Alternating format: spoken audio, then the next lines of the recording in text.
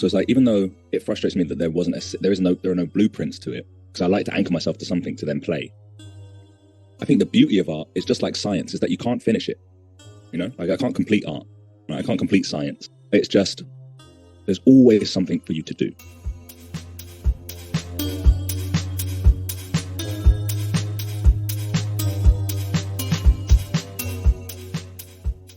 Welcome to the Flying Fruit Bowl, a platform dedicated to the discussion and exploration of art and the creative process.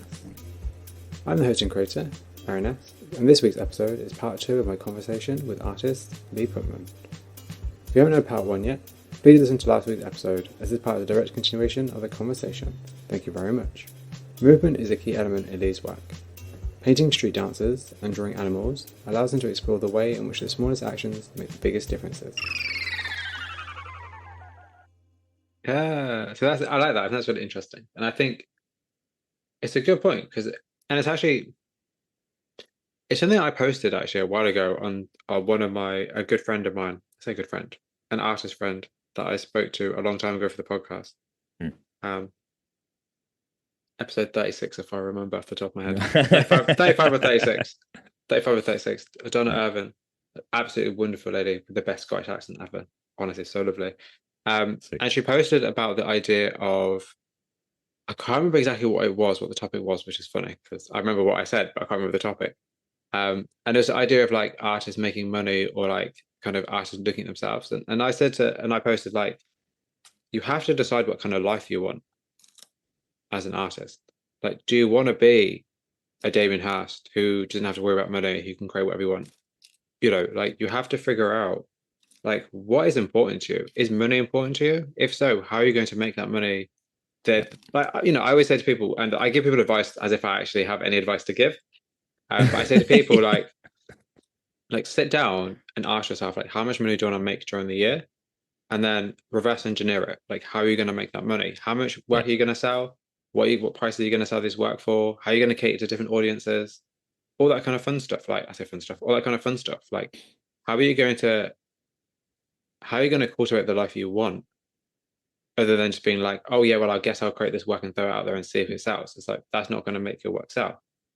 You need to kind of have an idea of what you're doing and then reverse engineer it, and then be like, okay, this is what I need to do, because you're going to have a goal to work towards. Otherwise you're going to flounder and be like, oh, I'm just trying to sell work and no one's buying it because it's priced too high or priced too low. Again, unless you want to create 365 pieces every single day for like £1 to make ends meet, you need to think about, like, what are you doing? Because time is money, and as an artist, you are investing time into what you're doing. It's not a joke at the end of the day. Like, the decision for you to be here, for instance, is probably going to cost you somewhere along the line. So probably it's definitely going to cost you somewhere along the line in that respect. Like, you don't have, particularly something like art, which requires, for the most part, a lot of time. I think it's important for people just to kind of really consider, like, what do you actually want from this? No, I couldn't agree more on that, actually. That was I mentioned earlier about, like, say, like the 5 years and after you leave work, and one of the things that I decided was that I want to be able to do this and support my family and bring my family out of that financial poverty through art. And it was either going to work or I was going to die trying. That's just how it is. And it's because I made a decision about what, like you said, I just made a simple decision about what it is that I wanted. Not easy, but simple. And it does everything, man. In those moments when you think that, oh man, like, is this worth it? Should I go back and get that job at that place that can give me that financial security for a bit? Painting street dancers and drawing animals allows them to explore the way in which the smallest I haven't done the thing that I said I was going to do, and I want to do that thing. And it's just to contemplate how, like, after a while, there's this threshold that you, at least I feel this was like for me, there's this threshold that you pass, and me and my little brother were talking about this. Same thing with him with acting, is that you realize you're actually closer to making it, whatever that is for you, than not making it, rather than going back. And you realize that actually going back would take longer than just continuing. So you think, okay, cool, even though it's still a long way to go, I'm past halfway, if you can measure that through discernment, and you just say, cool, then let's carry on. Although I do also think, just my opinion, is I do think there is actually nothing wrong with being a part-time artist, with having a part-time job and being an artist. Absolutely, yeah. I feel like there's because I feel like a lot of people I meet who are part-time artists really desperately want to be full-time artists. And I always feel like being a full-time artist is not for everybody. You need a True. very certain, you need to be disciplined, you need to be organized, you need to have a certain kind of skill set to really be tenacious enough to be a full-time artist, because it's not easy. It's not, although you made it sound like it is, but it's not, you just painting in the studio. It's not just you just chilling. No. It's work, at the end of the day. It's making a lot of decisions about how you're going to plan your day and structuring your life. And honestly, like you have to you have to filter your whole life around it. It's not just oh, I'm just going to create work. So I personally just feel like there's nothing wrong with having a part-time job or working as an artist when you can, not all the time. I think that is a valid path for people to take also, because yeah, I just meet a lot of people, especially at art fairs, the other art fair especially. A lot of artists who are like, oh, and you can kind of see like not the desperation, but like what's the best word to use? It's not going to get me I into think trouble. desperation fits, Matt. Having been in that position, I think desperation is an appropriate word. But yeah, it's like the desperation of like, oh, I want to be full time. I need to make this work, and it's like, but be comfortable with what you have now, because there was a time in your life, which is my philosophy in life. There's a time in your life where what you have now 100%, man. is what you would have wanted. And rather than be like, what's the next thing that I could have, which is great to strive for. You should always strive for more if you fancy it, but it's like also be grateful for what you have, because there was a moment in time you didn't have it and it could easily be taken away. Nothing is guaranteed. Particularly when it's something like art, nothing is guaranteed. So I don't know. I always feel like it's always valid to say and also remind people that like you don't have to be a full-time artist and be incredible and be an artist. That's not a requirement. Yeah, man. I mean, those two things of like, absolutely. I think that I think depends on what it is that you want. If you want to make art and you want some of that financial stability from work, or you don't want to have to invest or go through those hurdles or that just forest of figuring things out to become a full-time artist, absolutely, man. If it almost like if the thing itself, what's the word I'm trying to think of here? It's when yeah, if it's autotelic, there we go. If it's just the thing itself, it serves its purpose just by doing the thing. Absolutely, you can be a part-time artist. And I think I said this to my sister, was that like I really want her to go and travel. She's like 24 now. I really just want her to go and travel and like do things like I want to start taking her out next year, just around Europe and just do things with her. And I just want like, if she, because she's quite like a homebody, and right. And I just said, I said to her, look, like it's cool. Like I'm not saying that you shouldn't be a homebody. I'm just saying that you don't know yet. Like I thought I was the same. 18, I started traveling in, changed my whole perception about everything, right? And it was like, not that her perception will change, but even if you go traveling for a few years, you realize, actually, oh, I don't like this. I don't like going to different countries. I like what I know. I like doing this stuff. It's like, then you don't ever have to, like, you don't have to wonder, you don't have to guess. And I think there's some magic in that, in like kind of fantasizing, but you don't ever have to feel bad for fantasizing. You can know, actually, I really just like my own time. I like sitting at home, chilling out, not doing much, and just being and enjoying my time and being present with myself. And I think you can know that, but I think it's very difficult to know what it is that you like unless you experience things that contrast that. 100%. I agree with that. Yeah, really. Sick thoughts. Yeah, like as I quite hilariously actually, as somebody who, within the last year especially, has just realized like you need to open yourself to new experiences, because otherwise you can waste time, or you can feel like you're wasting time by thinking you're a certain way, or a certain kind of, but like being a homebody, like I've always said, and I always say to people, like I'm very introverted, or like, I'd have think, as I said to you earlier, I'd have think at home with a cup of tea. But it's like I'd have to also travel, because I've traveled before and I will travel, and I have plenty of plans to travel this year. And it's like you don't know until you do it.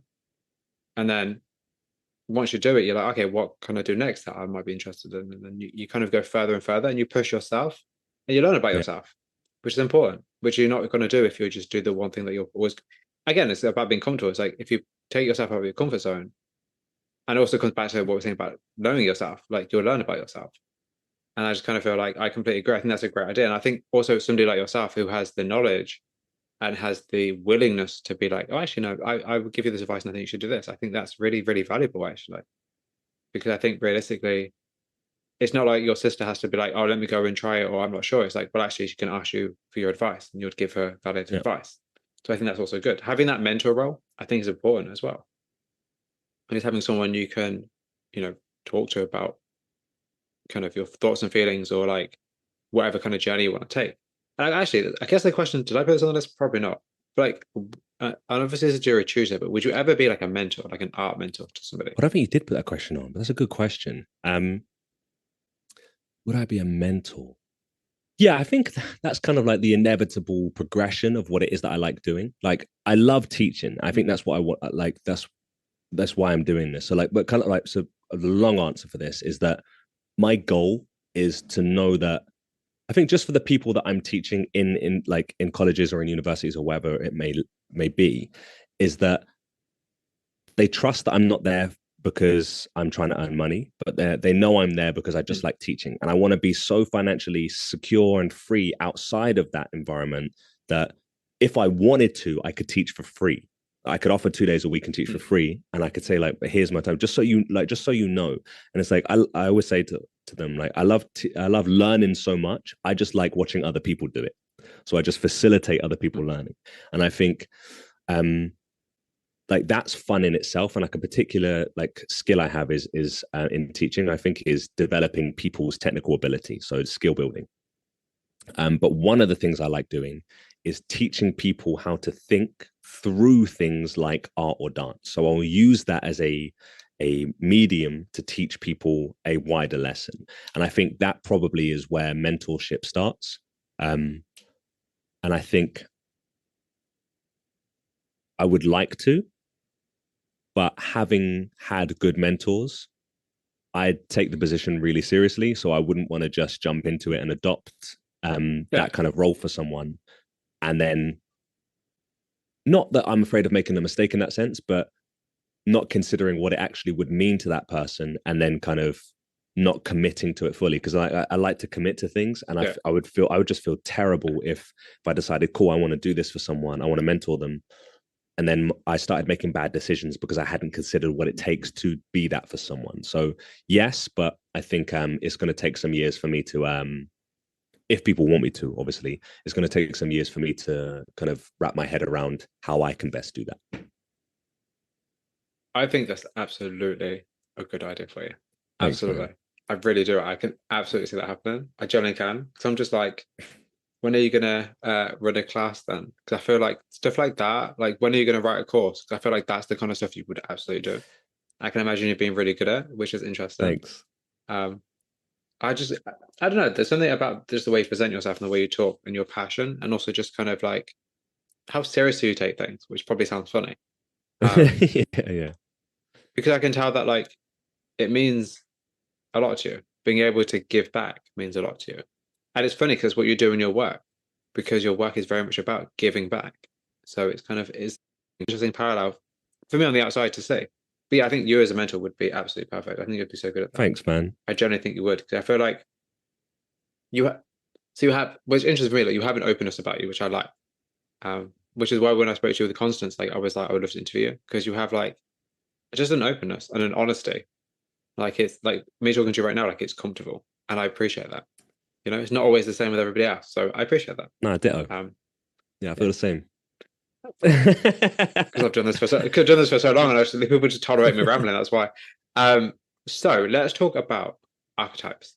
Yes. So archetypes is a body of work that centers around street dance and capturing movement. So can you talk a bit about the project, like the impetus, like where did the idea come from and how it's evolved over time? Yeah, okay, cool. So the impetus actually came from feeling like I needed to create a motif. That was the main start of it, right? So I started other series, right? So like the mortality series, where I painted skulls to kind of show people that they don't need to fear death, because that came from having a massive fear of not existing, basically. And I wanted to look at cultures that look at death in different ways, where they celebrate life, for example, as opposed to doing that thing. So that kind of came from that. Then I kind of played with a couple of different themes, ideas, and then I was being mentored by an artist called Anna McDonald, who I met when I first visited the other art fair. You familiar with her? Who I'm going to be interviewing at some point in about 2 weeks or maybe. Yeah. I've just wrote up some interview notes for her. I haven't sent them over to her yet, but I've just wrote some interview notes. She's so sick, man. Because I'm going to interview her. I haven't spoken to her yet about it, so she doesn't know. But I'm planning to interview her the next 2 weeks. So I've got another interview scheduled for Sunday. But next week, I want to interview her next week. That's my plan. Just my plan of my diary of what I want to do. Probably not going to happen, but yeah. But it's so funny you should say that, because I know exactly who she is, because she's very much on my radar and my immediate radar, which is weird. Out of all the artists you could have said, that's weird. yeah. Well, she's been my art mentor for the last year and a half, 2 years. Yeah, wow. so I'm absolutely gonna have to mention you now. Yeah, perfect. Yeah, she's been.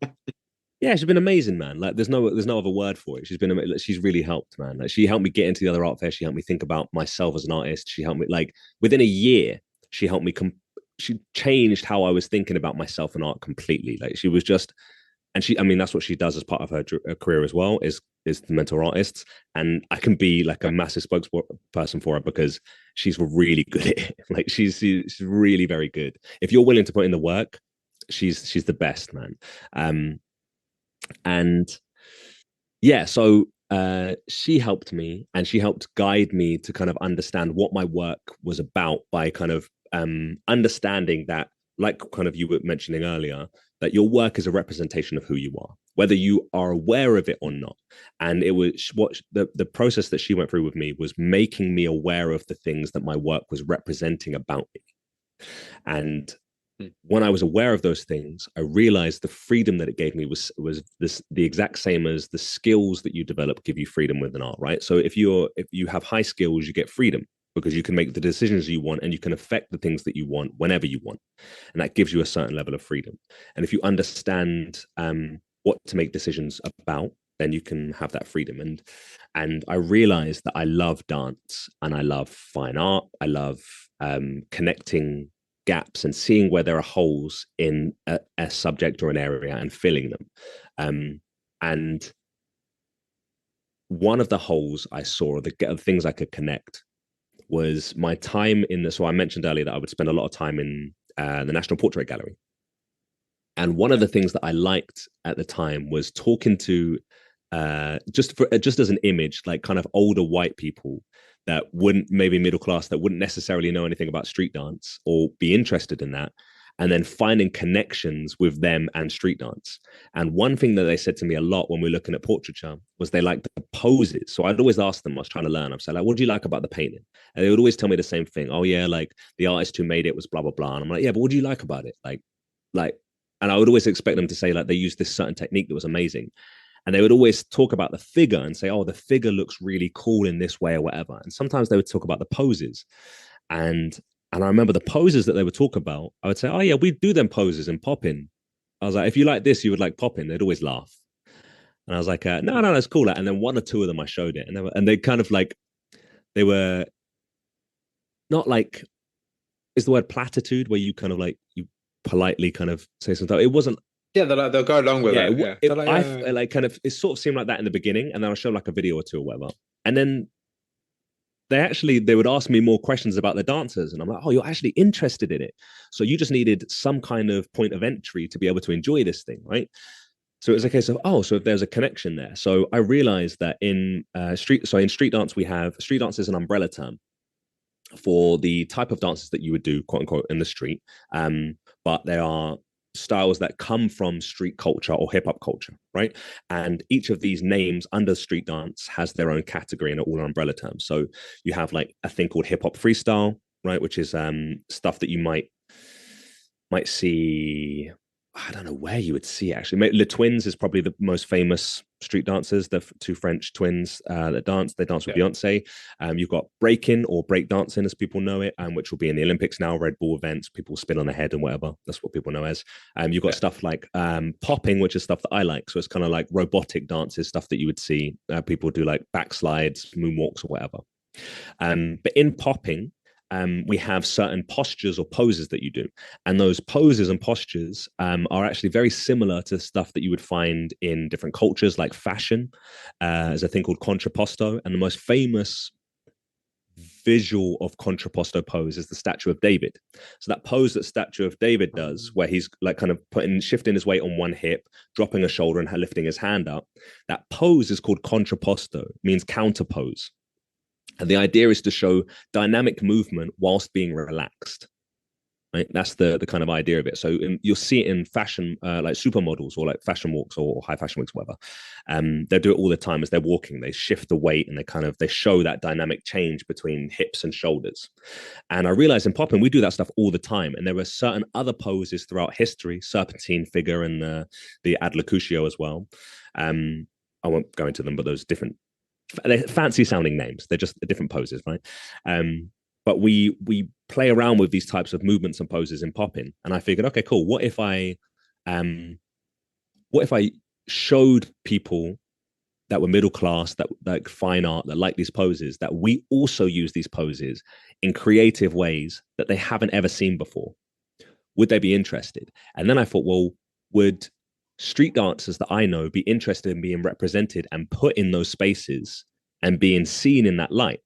So it was just a case of kind of exploring that. It was a connection that I hadn't seen anyone else on the planet do before. So I was like, all right, cool, let me try it. Like I hadn't seen anyone talk about that, let alone put street dancers in a fine art gallery. So I was like, okay, cool. Like, there's a gap there. So the first people that I wanted to talk about it was with street dancers that I knew. So I did this little exhibition in East London with East London Dance. They hosted it, and a friend of mine, he was doing like a film night as part of a week there, with a popping group called AIM Collective. Mention everyone. And I showed the dancers. I did some like gestural drawings on handmade deckled edge paper, and everyone loved it. Everyone thought it was really cool. They loved how it was represented. They liked the drawings. They liked what I was doing with it. So, okay, cool. Then let me put it in fine art spaces. I took it to the other art fair. People really liked it. I made a couple paintings. I talked about it, and I realized that people liked the movement being captured, but their eyes would glaze over the second I said contrapposto or adlocution. They would just stop paying attention to what I was saying. And I was like, okay, cool. There's no point of actual connection there. It's the movement that they're interested in. And I realized through being mentored with Anna, that's what I liked as well. I liked capturing movement, and I liked drawing things that move, which is why I don't like landscapes or anything like this. So it then became about capturing these different types of movement within street dance, and how and trying to give life to a static image and to show the types of movements. Then it came about layering images. So then in one figure, I would draw the figure 2 or 3 times to show how that figure moved, whether it be in a single spot or across the canvases or across multiple canvases. And then there were different styles that I came across in painting or in drawing that kind of was able to complement that. So now it's about showing the movement of it, or it has been about that. And I'm moving rapidly into showing the aesthetic of street dance. So the paintings that I've made, they're cool and I love them, but they're not how I want to paint. And it's it doesn't, for me, it very much looks like how would I say this without kind of shitting on my own work? It very much looks like someone has tried to paint street dance in a fine art way. And I don't want to do that. I want to show street dance for what it is on a canvas. And I'm kind of moving in the direction of making it way more free and way more expressive and less constrained and confined, whilst doing the same things that I like. But yeah, that's how I would describe what I'm doing currently and how it got there. But that's interesting for me, because maybe having it more contrived and having it more obvious, I guess is probably a good way to put it, is that maybe that's the entry point for you to have understood what it is you want to do now. Because like that's the interesting thing, is that like it's evolved over time. And I absolutely love this idea that you went to the National Portrait Gallery and spoke to people about popping, and you're like, actually, I'm going to bring that in here. and you did that. Like, I love that idea. I think that's really, really interesting, actually. The idea of bringing, as you know, as we discussed earlier, the idea of bringing something that's not within this realm from a Yeah, different realm, like, you know, like bringing street dance, another creative endeavor into the art world. You know, I think that's something really, really kind of powerful about that, because again, it means that your work is more original. You said that no one else has done it before. That's because people don't often, or people don't necessarily kind of collate different kind of realms or industries or artistic endeavors together to form a different, like an almost kind of like a hybrid. Because it's interesting, because now your work will reach people from both a fine art perspective and from a dance yeah. perspective, and you get to kind of educate people for both, through both. Like, that's, to me, that's really interesting, because it broadens your perspective and also your audience, you know, from two things that you absolutely love. And it's not like you're doing it for a certain amount of money or for like a certain kind of notoriety. It's because you love both worlds, and you're happy to be in that, the middle place of the Venn diagram, you know. I think that's really cool. Like same, man, and I think like thank you. Like, but like same, I feel like it's really interesting for me to connect the two people that I like. Like I'm sure we've all got friends or friendship groups that don't mix, you know, because they're there for different Mm. reasons. And I don't think they have to, but I think it would be silly to think that they don't have anything in common or that they can't communicate at all, right? So it's like it was really interesting to me, especially at the other art fair, having people that might, I don't know, enjoy sailing on a weekend, for example, talking to my friends who enjoy getting sweaty in a dance studio, ciphering until 1 a.m, you know, and then both talking about something that they both have a common interest in. Like that was, it's like one likes looking at the art, one is the art, and it's Mm. yeah, it's just interesting for me just to watch those things happen. I think that's a really interesting idea. The idea of being a thread that ties two disparate things together. I think that's actually a really interesting way of thinking about art, in terms of like, art is the middle ground for people from different parts of like society or whatever. I think that's actually a really interesting way to think about art. Art can be like the union. Maybe that's not the way to put it, but like, yeah, that's interesting actually.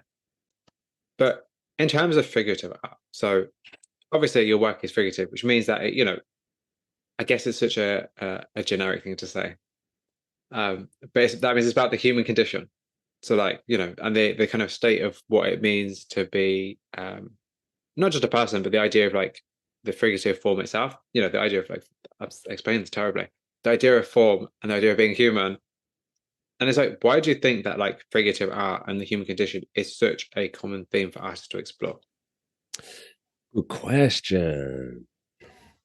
Why do I think it is? Why do I think that's a good topic for artists to explore? Possibly because that's what we're always trying to figure out with each other. Like there have been countless cultures and societies throughout human history, and people are still writing books on human nature and what it means to be a man or a woman or a dad or a friend or a son or a boss or an employee or a creative or whatever. It's like there are so many different opinions on what it means to be a person that all that indicates to me is that people have a real interest in figuring it out. And I think art is one of those things that by its nature allows you to explore a subject. Why is art a good vehicle for you to explore human condition?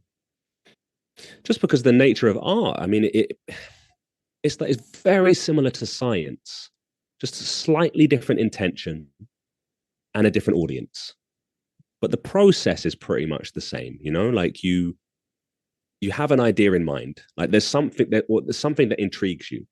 It then provokes a question, and then you have an idea of either how to answer that question or to figure out that answer to that question or whatever. And then you get to through the not the subject matter, but the mindset of an artist or a scientist, you get to explore that question. And then that leads to other questions and then other answers, and you get to play and learn. But the kind of the main thing is playing and learning within those things.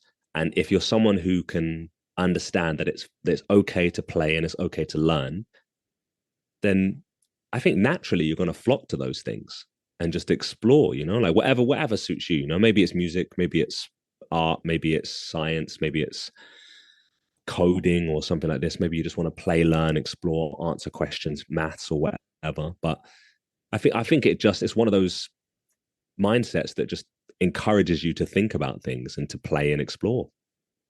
I mean, that's why, like, same thing. That's what it does for me specifically. It just lets me play and explore. So your work, as you've said previously, your work is not photorealistic, No. but it's also not particularly abstract. It's realism. Why realism? Why not say photorealism?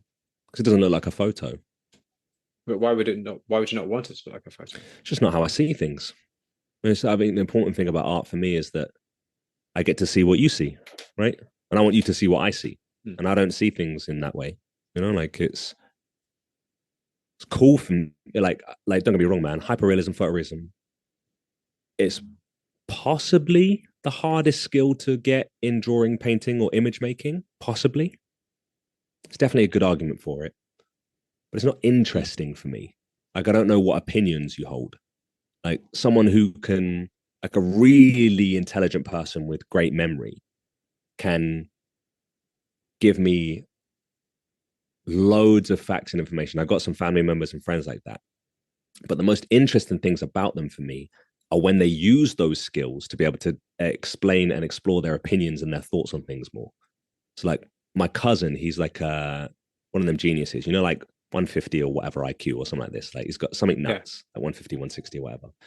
And I can ask him about anything and he'll just give me just this really brilliant explanation on how things work. Law, he's got a couple of law degrees. He's just like, he just knows about everything IT, builds like AI for fun. He's just a genius, man. And I just want to know what he thinks about things. That's it. So like, we'll do this stuff where I'll ask about something, he'll tell me, and I'm like, cool, but what do you think? Like, what's that? Like, what do you reckon? And it's the bit where he can tell me about it is what he thinks, is really interesting. So he wrote a book about AI, and he talks about like in it he talks about how do I describe it? The implications of AI causing any kind of fatalities to humans. Who's held responsible? The machine, the artificial intelligence, or the person who created it? Right. And that moral argument is fascinating, man. It's fascinating to hear what that is actually it's super interesting, man. It's like, yeah, that's an interesting question. right? Yeah, that is. And it's but he's really cool in that sense where he can use his great memory and his intellect to be able to explore and play with that question in a really interesting way, like write a book about it, for example. And for me, like hyperrealism, or a person who can draw or represent images as photorealistic, for me, they're someone who has that skill, but they're not, from my perspective, they're not using it in a way that interests me, that tells me really what they think about that thing. And I like that. I respect it and I like it, but I like a bit of it. So I'll do it in terms of so I'll render, like, I don't know if you can see with the gorilla behind me, or maybe in the portrait, like in the dancing work that I do, I'll render some of it as photorealistic. But then there has to be a point of like, either I just want to make it look a bit crap, or I want to do it in pencil, or I want to do it in charcoal, or I want to just spray paint all over it and throw some paint on it or whatever. And it's like, just because that's how I see it. That's part of the aesthetic. That's what I enjoy about it. This is how I see things. This is how I enjoy things. And I think it's kind of like the difference between, I guess, looking at someone who's a bodybuilder, for example, and then looking at an athlete. Like, the bodybuilder looks immaculate. They're amazing. Like, they've sculpted their body. Like, the level of discipline you need to be able to get to that is insane.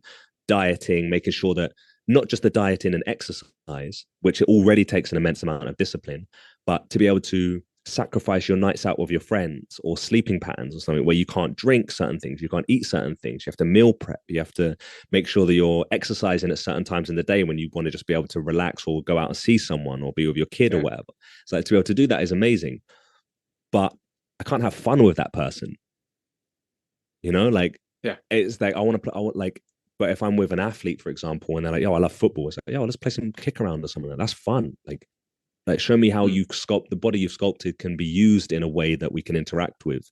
And I feel like I can't interact with photorealism like that. Well, I think that's a very very fair argument. I think a lot of people I know and that I talk to about photorealism have the same opinion, where like they admire the skill and they admire the talent, but it's a very technical thing. Like you've learned that. It's a skill you've acquired over the years, which is impressive, but it's just impressive. Yes. It's not deeper than that. It's impressive. And also, like, maybe this is a bad thing to say, but I also feel like sometimes your intentions for creating such work can be questioned, because like, are you doing it just to impress people? Like, are you doing it because it's like people will like it? Like, particularly on social media where people stop for quote unquote impressive stuff, you know, like how do you kind of, I guess, validate creating such kind of work when you could have just took a photo, you know? You could have, But, yeah. You know, that's probably not for me to really say that, but yeah. But you're right. I mean, and it's like, like, it's hard to kind of unless the thing is like, unless you're talking with someone who's open, honest, and pensive about why they do those things, it's hard to really understand why a person would spend so much time doing that thing. And yeah.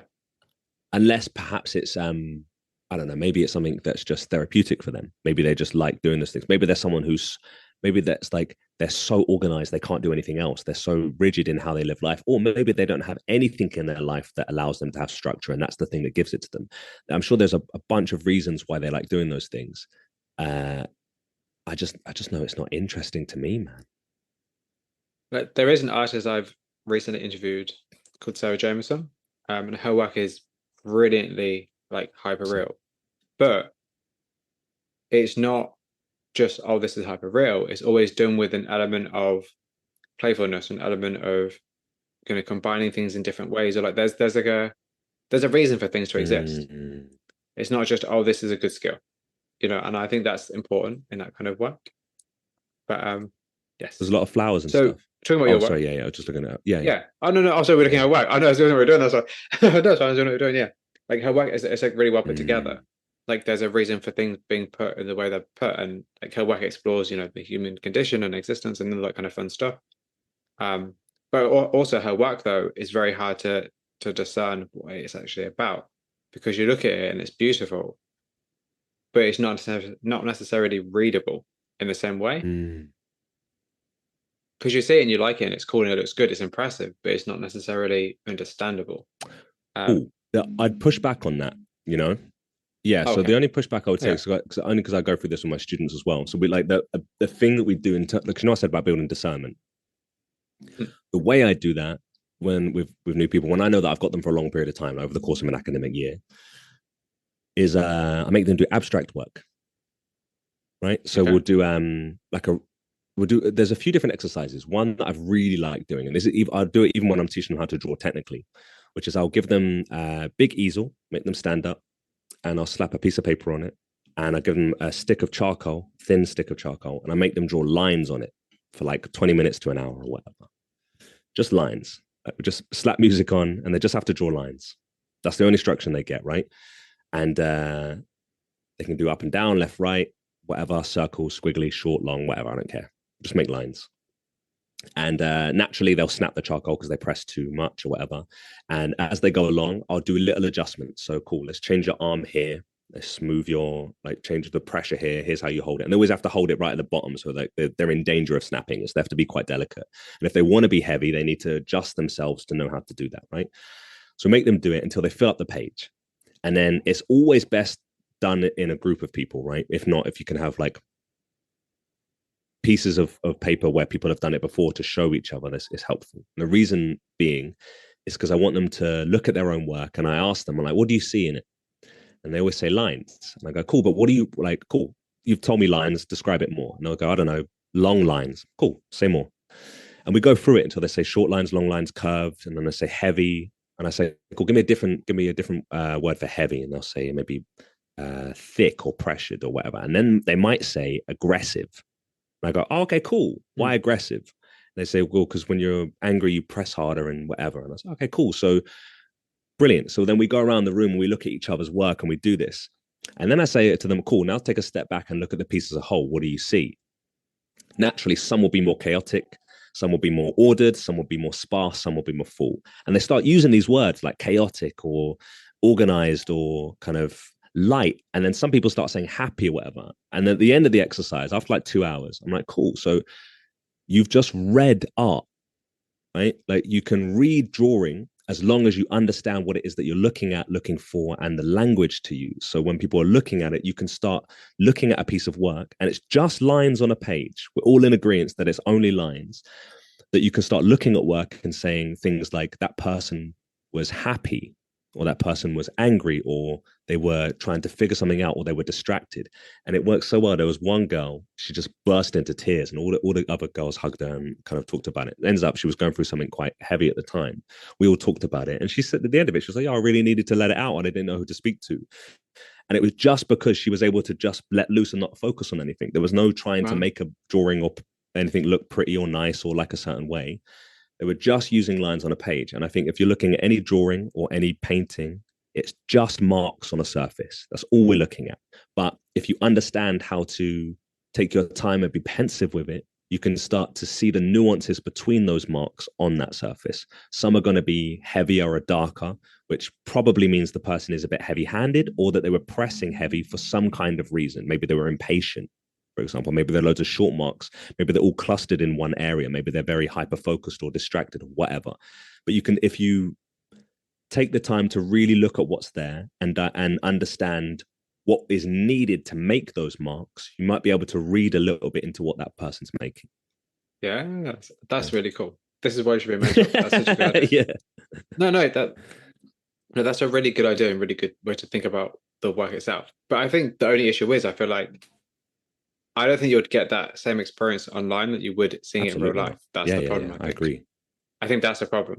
I feel like looking at online is great because it looks nice, but that's not how it looks in real life. In real life, as we know, is very different.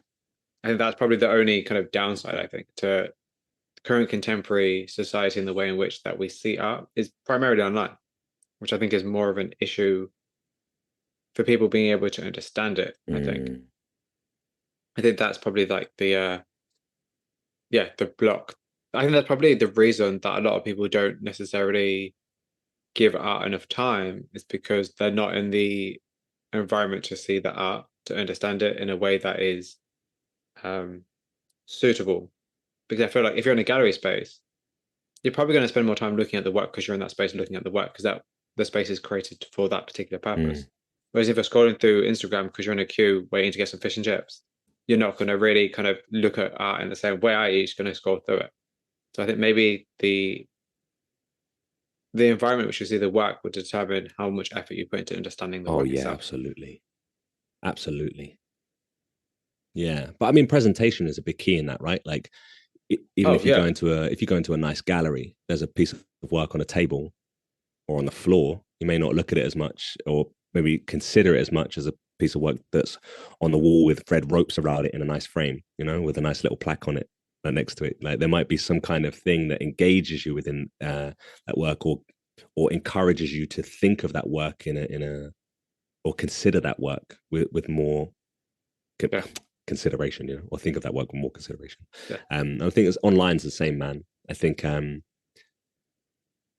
it's important to know how your work is being viewed on. Like you said, people could be in the shops or whatever, just scrolling. People could be in a conversation scrolling, not really looking at it or whatever, tapping like and just moving on. They have no idea and they're not engaged. But I think if you know, No, I was gonna say, which is weird because it's like the idea of like you being in a conversation with somebody, like you're not really involved in any world because you're not having a conversation, because you're not paying attention to that, but then you're also not paying attention to what you're doing on your phone.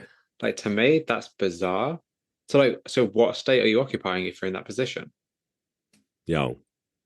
Distance. Like, they just want to be distance. I reckon. I don't know, maybe, but that's interesting. I'm like, well, that's interesting. Like this transition, that's kind of middle state of everything.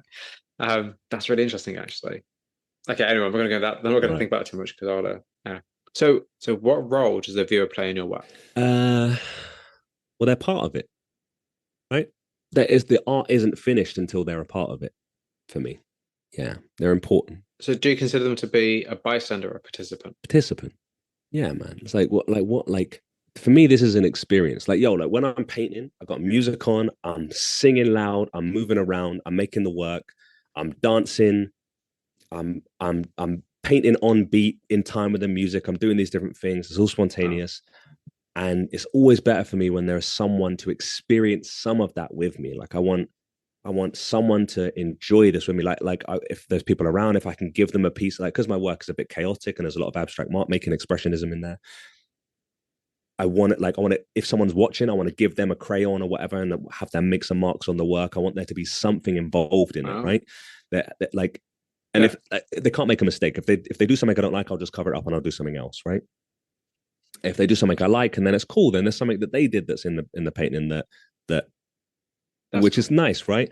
And it's the same thing if I'm presenting work to people. I want to chat with them about it. I want to have these types of conversations, like, oh, like, what does that make you think about? And they tell me about their dog, and I'm like, oh, cool. Like, what dog you got? Yeah, my mom I grew up with dogs. Mom's got a staff, whatever. We just have these conversations, and it's like, this for me is part of it. It felt very weird initially because of my performance background in street dance. It felt very weird having done the work privately with no one around, putting it in front of people, and then not being able to enjoy it with them, like having to stand back, right? And feeling almost like that desperate pest when I was trying to talk to them, like, please give me like affirmations or money for this. It was just like, it's like, but if they can see that I just want them to enjoy it with me or enjoy it, it's like I feel like it makes it a better experience for them. And it's just like when I was dancing, the coolest thing was dancing with people. Like, I find it very, very difficult to train by myself with dancing. So I'll do, in terms of, so we have these things called drills. You have them in like martial arts, right? So the idea is you just do a movement or an exercise repeatedly until it becomes muscle memory. Or you can do something called ciphering, which is to just freestyle to a song and just dance. So you can get, so you can practice putting those exercises that you've drilled into your kind of sequences or movements ad hoc and kind of choose without thinking, right? I could never do drills by myself because it's so boring to me. So I would cipher for a little bit, but I wouldn't really cipher by myself. I'd do maybe 2-3 rounds of ciphering and then I'd be like, all right, cool, I'm done. But when I go with other people, I can go for 6 hours and I can still want to do more because it's that enjoyment of, I get to see what you get and you're doing, you get to see what I'm doing, and we get to exchange and have a laugh and make jokes in between dancing, whilst we're dancing. And then other people that are watching can enjoy it. I can make jokes and I can draw them in and I can say, yo, like, if someone's walking past, you want to try something? I'll show you some moves. It's these things. And it's just the whole experience is so enjoyable. And when I think about my experiences of dancing, I never think about the times when I was at home alone drilling as the times that I enjoyed it the most. It was always this random cipher or training session that we did outside in King's Cross or South London, or it was the show that we did where the music faulted, or like the audience laughed at this part, or we got to talk with them afterwards, or the kids came up to us and they wanted to try some stuff, or we were doing a set in public and someone else just joined in for a laugh, but we encouraged them to join in and they enjoyed it and we did. And it was just like those things, those moments are always the best, man, like always. And it's the same thing with art, man. Like, the best times of art are when I've been able to talk with people, be around people while I'm making it, have fun, let people join in, draw on the work that I'm drawing, like, just, I don't know, it's people, isn't it? I love it. Because I was going to say that's interesting, because I feel like having that dance background first has given you a really interesting platform or a really interesting base for your art, because it's like, it's about interaction, it's about experience, it's about the physicality of and presence of time. And I feel like all of that is now translated into your art. Yeah. Which I think is really interesting, because had you not had that previously, your art probably would be very different now. Yeah. Oh yeah, for sure. And I think that's really interesting, actually, because as I remember this, what I said ages ago when we last spoke, is like the idea of endurance. Being a painter and being a dancer both involve endurance. You have to train and you have to apply yourself. So it's interesting to think like that's an interesting kind of leap between the two. I don't know. It's interesting. I'd be very curious to obviously we would never know. I'd be very curious to know what your work would have been like had you not had your dance background. Probably comics. I probably would have went into, I reckon. had a big fascination with them. And my old tutor at uni was a comic book artist, and everything that he did, I just thought was. I mean, I hated the guy, and he hated me as well. We were bad for each other, but in education, yeah, it was a bad relationship. But he taught me discernment, and his drawing was immaculate, man. I mean, still is. He's amazing. He worked for DC and Marvel, other comic book companies as well. He's just incredible, and I love that kind of stuff. I love the thick outlines. I love the gestures, the movement, the colors, all of that stuff. I love it. I try and incorporate that stuff into my work now. I was gonna say, you said gestures and movement, like that's still incorporated into your work now. That's really interesting. Yeah, even with the outlines and stuff as well, like those kind of like line weight changes, all that stuff I love. But I think now like I said, painting gives me something very specific, the ability to stand up and move and be very physical with it. Like it's very different now. I think now they've got street dance in, but yeah, I can't imagine what it been. I don't think I would have learned as much as I did if I didn't do street dance. Yeah, like street dance has been, like I've done a lot of different things in my life, and street dance has been the thing that's enabled me to be able to learn the most. Like in any other field, the skills that are transferable the skills that are transferable from it. Sorry, are the best I've ever gained. So storytelling is quite an essential element to your work. So what is so important about creating art that has a strong element of storytelling? Well, I think good art tells a story. I think in any aspect. And I think storytelling is the thing that you use to bridge communication gaps. Right. So like the lessons that we've learned, whether it's in the oldest book in the world, the Bible or whatever, right? It's all stories. It's all stories that give you lessons. The reason, like these, when you look at any kind of fables across cultures, the things that works, even with nuances of language, is that the point of the story and the concept of the story gets communicated effectively to people. And you can do that, which is really cool, even without language, through art. Like art's amazing for that. And specifically painting or drawing, you can tell almost an entire story in one image, which is nuts to me, that you can look at an image and you can, that whole adage of picture paints 1,000 words or whatever it is, it's right. It's true, man. Like, and it's not just that those, like I used to think of like, oh, I wonder what words they're talking about, but it's like it's like you get a whole story from that. Like imagine telling you got 1,000 words to tell a story. Like the reels that I do on Insta, they're about 200-300 words, so about like maybe 3 to 4 or to 5 times that, right? You get to tell a whole story. That's about maybe 3 to 5 minutes worth of time. You could tell a cool story if you got 3 to 5 minutes of someone's time, right? And you could do that in a painting. Let's say you're going to look at a painting for 3 to 5 minutes. You can tell a nice story. You can get a real nice message across. And some people do that in maybe 10 seconds, 20 seconds, like Banksy, for example. Like look at the stories he tells or he told, right? And how poignant they were.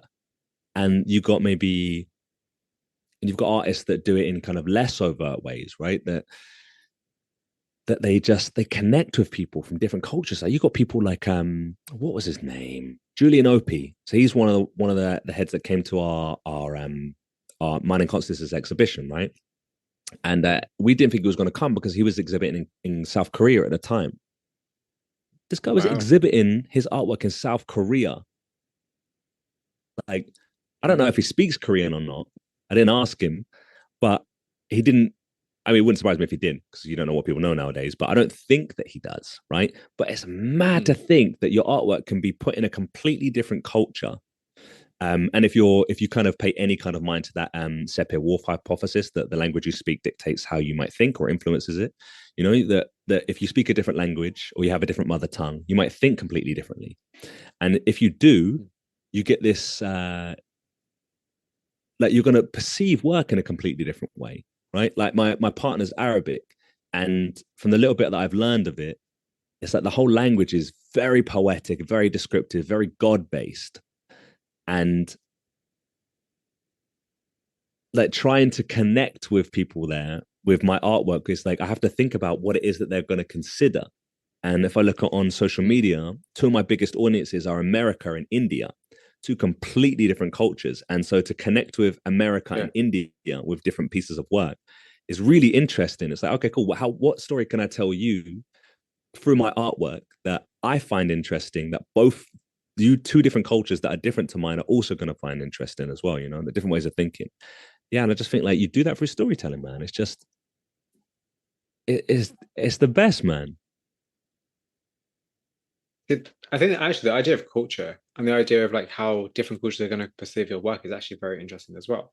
Because we all kind of assume, I mean, maybe I should be being very naive, but we all kind of assume that our markets are going to be mainly in like, kind of like the Western kind of, like the Western kind of part of the world, particularly like, Yeah. UK, Europe, generally, America, all that kind of fun stuff. But we don't actually think, oh, actually, there's a whole global markets in other places in the world. Global markets that are probably going to be like bigger than the UK market or the American market, for instance, that we don't think then actually maybe it'll work. It's like when I guess it's like when I see a lot of Americana, for instance, like work that's a very like heavy in Americana, because I love that kind of really nice nostalgic Americana vibe because I'm not from there. To me, that's really interesting, but to Americans, it's boring because they're every day. It's like that. I guess it's kind of like that. Like when you see something that's not of your culture, you're possibly more interested because you have a chance to learn. You seeing a picture of a painting of like a trolley dumped in the back of a Tesco, probably like a fairly everyday occurrence. Yeah. Traffic cones in the middle of the street, or Yeah. whatever we see, like seagulls flying around some discarded fish and chips. It's an everyday occurrence. So to you, you'd be like, yeah, that's cool. It's kind of like the banalities of England. It's cool, but to somebody who isn't from here, they'll look at that and be like, that's such an alien place. So maybe that's like an interesting way to look at it. Like the way your work is perceived by different cultures because it's so alien to them. Same way as if like you were to look at work from artists from a different country, to you that it might be more intriguing because you're like, what is this? Yeah, I mean, we see it all the time, man. You look at like, and the thing is that there are glimpses of it that happen in where things just hit the zeitgeist, right? Like look at Psy with a Gangnam Style, right? It just took over, right? And then you look at like Korean cinema, for example, where Parasite, where it just won all of those Oscars, and it's like, or those accolades, sorry, maybe Oscars, I can't remember. And it's like, okay, cool. But if you actually look into those cultures, imagine how much art you're not able to enjoy just because you're not willing to go into those cultures, or you haven't been exposed to those cultures yet. And they've got so many stories to tell. Like obviously, it's a big thing that Japan export their comic culture in manga and anime really well. So there's like in street dance, it's like a really big thing for and even in Black culture, it's really a big thing to enjoy anime and manga. And it's something that people enjoy quite a lot. But it's like their storytelling is in anime and manga is deep rooted in Japanese culture and religious culture as well.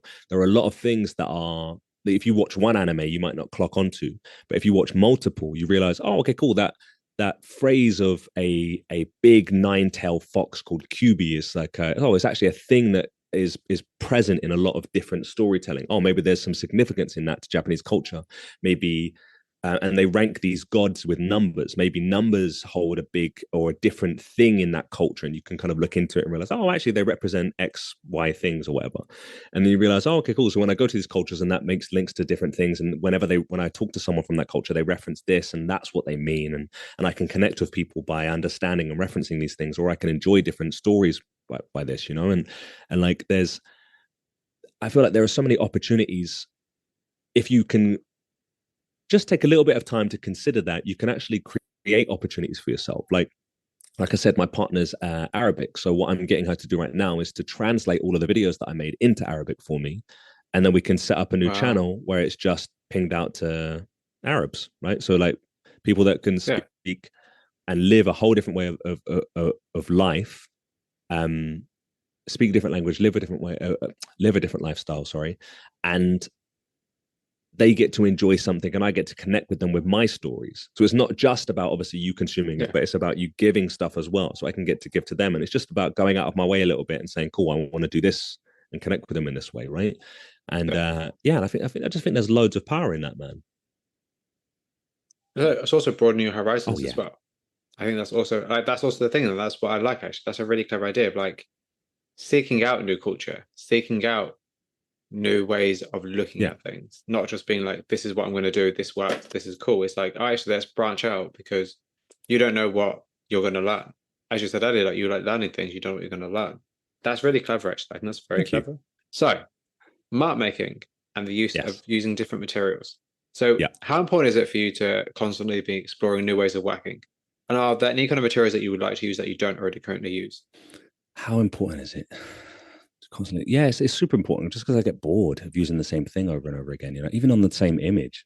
Like it's just like what I like to do is I like to start painting. Like I'll just put some big marks on there, and then I'll kind of like roughly mark, like kind of do like a color sketch of the thing that I want to paint. So like if it's a person or gorilla or shark or whatever, I'll just kind of mark it out, and then I just get all my materials out. So like my paint pens, like my Posca pens, spray paints, crayons, like coloring pencils, oil sticks, whatever. Just have them out, and then just put music on and just see what happens.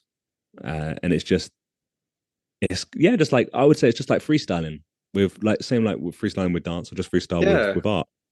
And it's just that's just what's fun for me. I don't really know. I haven't really considered it too much. I just know that that's fun and that I can get good things out of it. So I just lean into it. See, that's really cool though, just like the parallels between dance and art and the Mm. way in which you have used them both to create, but also create in a way that you enjoy. Because I think that's the thing. I think a lot of like the environment itself really dictates the work, and the fact that you enjoy creating the work in an environment that's busy, an environment that is loud and kind of vibrant, the best way to put it.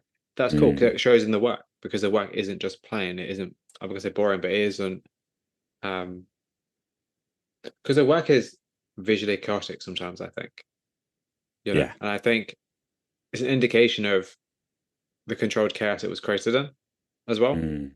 which I think is cool. Like it's reflective of the environment in which it was created. It's Yeah, and the mood, I think, and even the mentality, like I think if we think of like the separation of like mood and mentality, kind of like weather and climate. I think like hmm, day to day my mood's going to change, but I think the climate that I'm in is somewhere where I'm really comfortable with my art. I have freedom of skill and decision making within art because I understand the skills that I have and how to use the tools that I'm using. And I think I spent so many years kind of just sat at a desk, just practicing reading books and practicing drawing techniques with pencil, pens, charcoal, whatever. That now I get to stand up and have a like not just a reason to move, but I have some kind of skill set to be able to make moving fun and enjoyable for not just me but anyone else who's in the room as well. It's like I don't feel shy about it. So it's like it's this thing where I kind of like I've never had like and color as well. Like I never played with color before I started painting. Um and no, that might be a lie actually. Shortly before I started painting, I started playing with color. And when I did, it opened up a whole new world, man.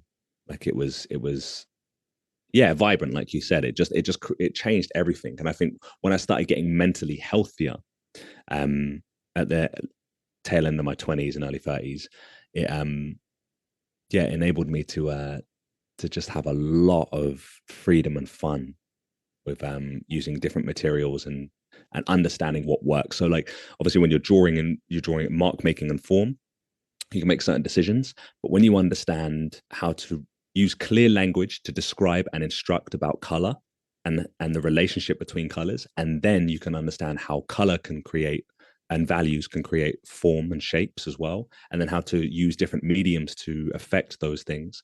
um yeah, it's freedom, man. so what is your favorite color to use?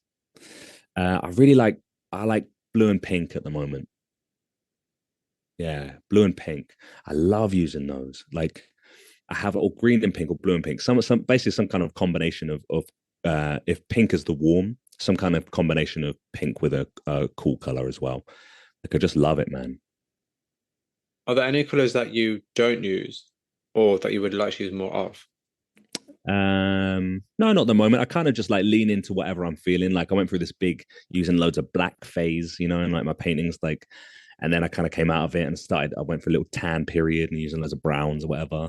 Now I'm in this little pink phase. I think the pinks persisted, but like hot Barbie pink, like that kind of like, I love that. Just like not too much of it. But yeah, I love that in the work. But no, I just kind of use whatever feels good at the time. So what I think would be really cool for you Go on. is like doing like an artist residency, but like a public artist residency. What do you mean? I think so. Like, I'm sure we discussed this a while ago. The idea of like you live painting, Yes. and then getting the public involved.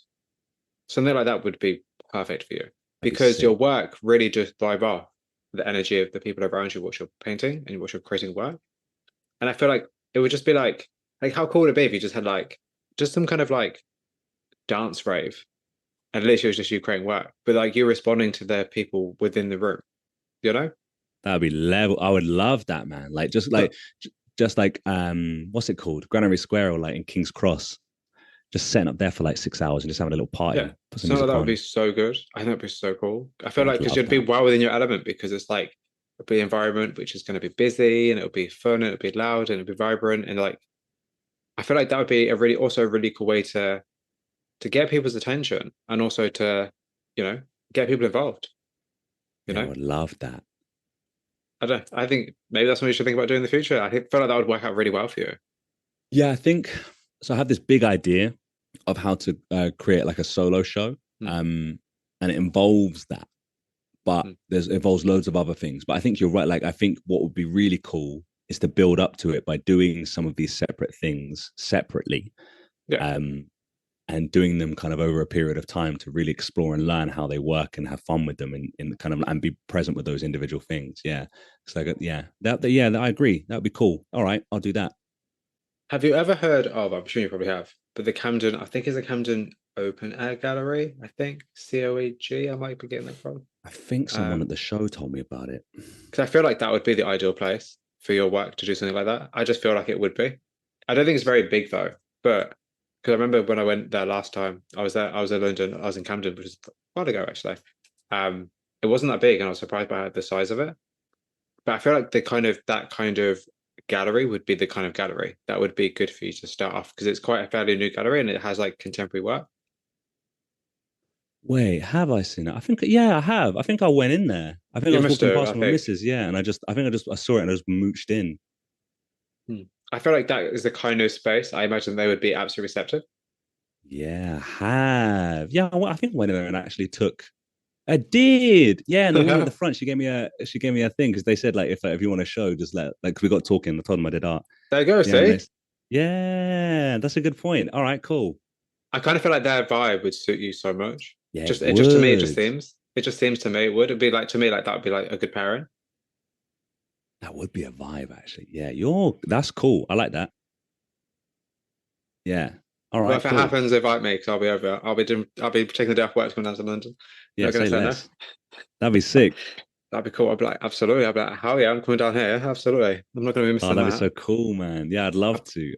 The Camden Gallery, I feel like that would be a perfect vibe for you. I feel like it would be such a I good fit. agree, man. And they seem like they'll be up for that because they're like very kind of. I don't know if you've seen. I don't know if you saw. They had a really cool. It was like a show, and it had like street art and shutters.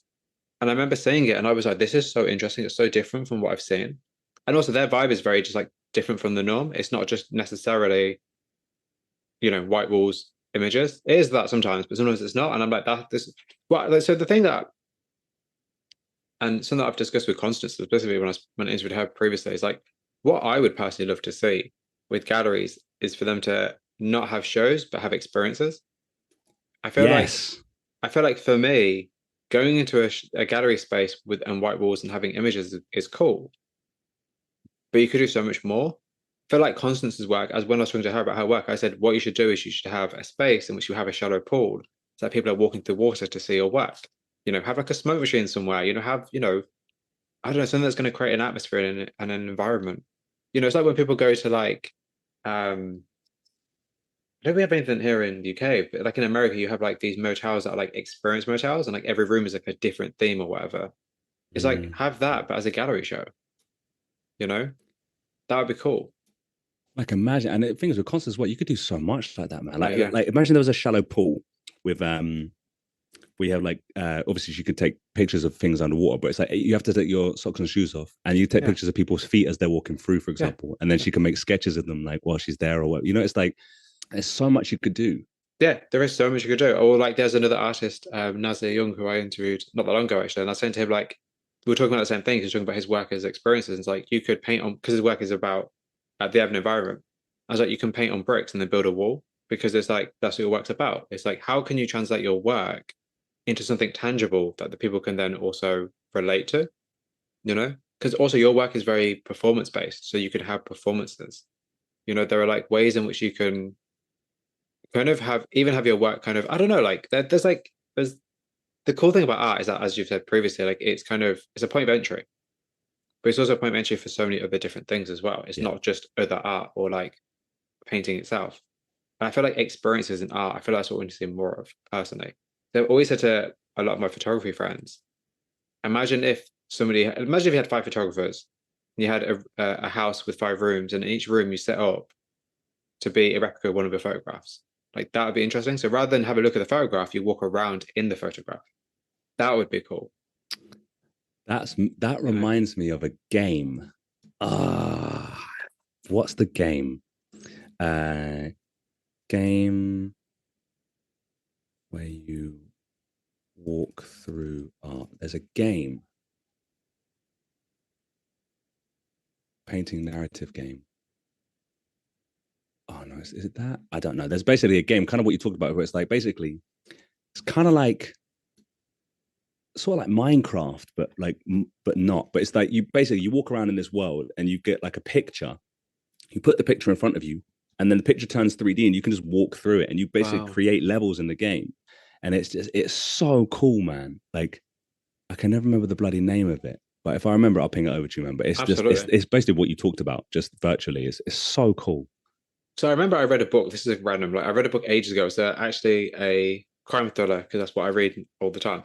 And it was based on a movie set. And then like in it, like the protagonist had to find somebody within like this, huge, massive movie set. And I was like, how interesting would that be if you had that in real life? Because you open a door and it goes from being, the outside world to like a mirrored hallway. And then you open another door and then it's just like rain and grass and like fake sky or whatever. Like how trippy would that be? Like imagine like, going into a gallery space and having that experience. And there's like a certain kind of motel in America. I'll send it over to you at some point that does something similar to that. But I love this idea of it's like kind of like the Van Gogh immersive experience. It's like that, but make it contemporary and relatable, not just somebody who's already dead and gone and is recognized. What about contemporary artists? How can you do that with your work? Yeah. Like I don't know. There's just something so interesting about like experiences, not just images. No, you're right, man. You're really right. That's just my 2 cents. So, I'm in agreement, man. Like I said earlier, man, it's just having paintings on a wall in a room. Cool. If you're into it. If you're not, it's not an experience that you want to share with people, man. That's it. And especially nowadays, unfortunately, and unfortunately, but nowadays with social media being so prevalent, people want to share stuff. If you create an experience, people will share that. It's like there's actually we're gonna go on a tangent otherwise. But there's something happening in London that's like it's like a interesting like neon street art 3D environment thing that looked really, really cool. And I was like, oh, this is interesting. It's seen just like yeah. Have you seen it? Well, I didn't go, but my students went to it. Yeah. I was about to say is I saw it ages ago and I was like, this looks really interesting. But stuff like that, like you look and you're like, oh, it stands out. You remember it. You might not have gone, but you remember it. Yeah. It's about creating an imprint in somebody's mind, not just actually creating something beautiful for them to see. Yeah. It's like, how do you leave a legacy with your work, not just have an immediate reaction? I think that's what it's about, in my opinion. Yes, anyways, so are there any downsides of creating your work? Like, do you ever feel boxed in by the type of work you create? Yeah, absolutely. I mean, you get pigeonholed in everything, don't you? I mean, like I said earlier about like the idea of creating motifs and feeling like you need to make it in the contemporary art world, you need to make one type of work that people like and then just repeat that. It's like it's for me, it's so weird because when I see that happening, I think like, what are we doing here? Like, aren't we artists? Like isn't the point here to be able to explore and grow? Like, why do we do that in with every kind of art industry? With um in dancing, it's really you want to see people do them or not, sorry, you want to see people have certain moves that they do and they repeat them all the time, right? But um but what's really exciting is when people make moves up on the spot that you've never seen before. One of the dancers that I painted, a guy called Breaks, he does that. It hits. He'll give you an experience where if you weren't in the room, you missed out. Yeah. It's really crazy. But we see it all the time, and you see in acting, actors get pigeonholed or typecasted. We call it obviously. Musicians, they'll stick to one genre their entire life or whatever, and they won't kind of branch out and try different things. But it's cool when people go through these little exploratory journeys, man, and they just delve into different things. They meet new audiences. They try different stuff. I think as an artist, man, I gotta just like if like I said, if you've got a linear direction of development, then grow in that way, right? But I don't think that's the route to do it. So I have this idea that in any given field or area, you have people that are more adept or more prone to doing that thing. So like you would call them the savants in that field, right? Hmm. And I think that they're so far and few in between in terms of the numbers overall that to have that field sustainable, you need a bunch of people that aren't those savants, right? So you need kind of the average person to go in and do well at that thing. But for the average person to go in and do well, they need some kind of structured development to do it, right? Which is why we have maybe academia or we have some kind of blueprint, like I was talking earlier, to allow people to do it, right? But because those people aren't savants in those fields, if they veer from that blueprint, they don't do well. And then what I believe happens is that the savants, when they come along, because there isn't much room for them to grow, or because there's so much importance or precedence set around going through that set system, that the savants actually get lost in that system and they get told to learn like everyone else, and there isn't room for them to grow. I guess it's like they become diluted because obviously it's like Yes. people just want to do what they know is going to work as opposed to like break the mold and try something new and Yes. be different and exciting. Because I think, when you think about just like there's always like within like maybe say every, I don't know, 2 to 3 generations, there's always like a handful of people that have set the trend for the next generation. Yeah. But it didn't happen all the time, I guess it's like that. Yeah. Yeah. But to do that, you have to really break apart and just think, what is it that I want to do, man? Like, I I think, don't, yeah. yeah, trying to not conform whilst also maintaining some kind of semblance of conformity so that you still make money and or your work sells or it's commercial. I think that's quite hard.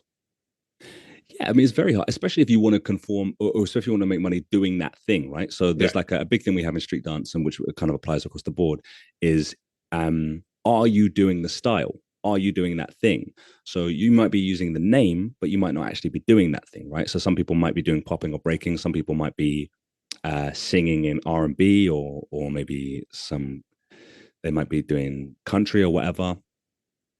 Some artists might be doing a certain style of art, but they're not doing that thing. You're saying you're doing that thing, but you're not actually doing that thing. Yeah, there's a lot of moving parts, but I don't know. I just think that if you really want to, if you really want to grow, if you really want to stand out, if you really want to do something, man, you just got to do what you're interested in sensibly.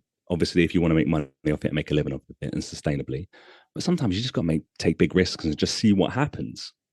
Yeah. Yeah. But then I feel like the only problem with that is that society has a tendency to copy what's trending or what's new or what's interesting. So it's Why like is as that soon problem? as because I feel like it comes back to the person being lost in the kind of the abundance of the similar. So it's like if you do something different, let's just say you create all these really interesting art experiences rather than exhibitions. Mm. Somewhere along the line, someone's going to copy that and monetize that, and it will dilute what you're doing, and you won't have the ability to pass it forward in the way that it could affect people in a more positive way. If that makes sense. Yeah, it makes sense, but I don't buy into it, man. Like we again, Okay. I use street dance as a reference a lot because it's what happens. But have you heard of the street dance crew Diversity? Yes, of course. Cool, right, cool. So most people in the country have. Yeah. Have you heard of the crew Flawless? Yes. Yes, cool. You know they Yeah. were on the same show as Diversity, right? Yeah. Flawless. One of the guys in Flawless is in the paintings, Breaks, Okay. right? And he's so Flawless and Diversity in the street dance world, away from public community, street dance world. They have very different reputations. Diversity is the crowd pleasing, gimmicky, not real dancers, right? Flawless are the guys that battle. They do real street dance, and they're really good at choreo too, right? And when they were on Britain's Got Talent, there was this battle between them. Most of the street dance community were rooting for Flawless. Most of the British public were rooting for Diversity. When Diversity won, Flawless kind of got their careers, but in terms of the notoriety, the disparity between the two grew rapidly, right? And where Ashley Banjo is like a household name now, right? Yeah. A lot of people were really angry at Diversity kind of doing that because they were like, oh, people aren't seeing the right stuff. And I was always saying to people, look, like I think the problem here is how you're looking at it. People voted for what it is that they enjoyed and wanted to see. Naturally, not everyone's going to be a purist or be into the things that we're into. There is a term of like kind of the artist for a reason, right? That the people who are into that thing are going to like that thing, and then the rest gets diluted, right? What I was saying was that there is an opportunity for the people that like Diversity, that talk to real dancers and say, oh, have you seen Diversity? Instead of getting annoyed by it, say, yeah, they're really cool. Do you like them? What do you like about them? Maybe have a look at these guys too. If you like them, I think you're going to like these guys. And there's an opportunity to use Diversity or use people like that as an introduction. So let's say like this thing with Facts and Fine Liners. I've been saying to the people around me, like, no one that I know of, bar one girl on TikTok, is doing this at all, which is using jump cuts of real-time drawing and storytelling and narration to tell you about the things that they're drawing. There's only one other person I've seen on social media doing it. Naturally, when people see it take off and when people see it, they're going to want to copy it, of course. Yeah. To put all those things together, it requires a certain amount of skills to be able to write, to be able to research effectively, to be able to narrate confidently, to be able to draw well as well. All of those things together, and to be able to edit videos and shoot as well. It takes a certain, those are all different skill sets that to have in combination are quite difficult, right? So it's not going to be everyone that wants to copy it is going to be able to. So there are going to be some diluted versions of it naturally, like you said. And with AI coming along, it's going to make it easier for people to be able to do those things, obviously. However, I don't think it's zero sum. I don't think that the more they create, the less it takes away from me. I think that naturally there are going to be differences, and there are going to be people that are going to enjoy those diluted versions that I'm not going to make, that they enjoy more than what I make because it's easier to consume, maybe, let's say, for example. But I think those are opportunities for people to, when they see my stuff, when someone comes along and says, oh yeah, this was copied from maybe the girl on TikTok, or maybe Lee, Facts and Fine Liners or whatever, or you should check out his. It's going to be a case of, yeah, welcome. If you like my stuff, you like it. And this is kind of maybe the original, if you want to use it in that way, right, of where it came from. And it gives people an opportunity to learn into it. But it doesn't mean that at least I don't buy into the idea that it dilutes me, right? The same way I wouldn't say that, let's say Dwayne Johnson, who does Fast and Furious films, whatever, I think as an actor, I wouldn't say that he's great.